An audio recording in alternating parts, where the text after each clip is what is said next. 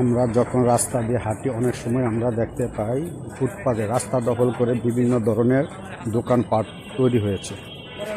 অনেকে কিন্তু এই দোকানপাটগুলো ইচ্ছাকৃতভাবে করে না, কারণ যারা ফুটপাতে দোকানদারি করে তারা কিন্তু বড় বড় রেস্টুরেন্টে ভাড়া নিতে পারে না, তাই ফুটপাতে কিন্তু দোকানগুলো গড়ে ওঠে। এমন এক অসহায় ছেলে এই ফুটপাতে ভাজা পোড়া বিক্রি করে, হঠাৎ হাঁটতে গিয়ে চোখে পড়লো।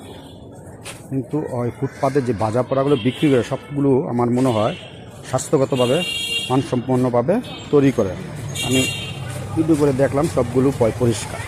এই ছেলেটি ফুটপাতে ভাজা পোড়া বিক্রি করে কিন্তু তার একটি সংসার চালায়। ছেলেটার বয়স কিন্তু একবারই কম, বয়স কিন্তু বেশি না। এই সময় এই ছেলেটির স্কুলে যাওয়ার কথা। আবার একটি মজার কারণ হলো, এখানে দেখলাম অসৎ ছাড়া আজ পরীক্ষা করে তাদেরকে কখনো সে কিন্তু এই ভাজা পোড়া দিয়ে করে না কাছে খান। আর অবশিষ্ট বিক্রির পর যে লাভগুলো হয় এই লাভগুলো কিন্তু তার পিতামাতার কাছে দেয়। এর উপরে কিন্তু একটা সংসার চলে।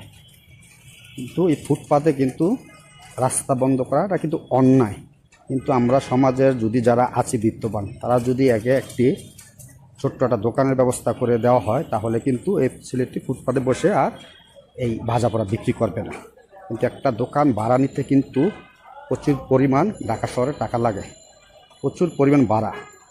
এখন আমাদের কি করা উচিত? এই ছেলেটি কি ফুটপাতে ভাজা পোড়া বিক্রি করবে, নাকি এর জন্য একটি দোকানের ব্যবস্থা করে দেওয়া উচিত?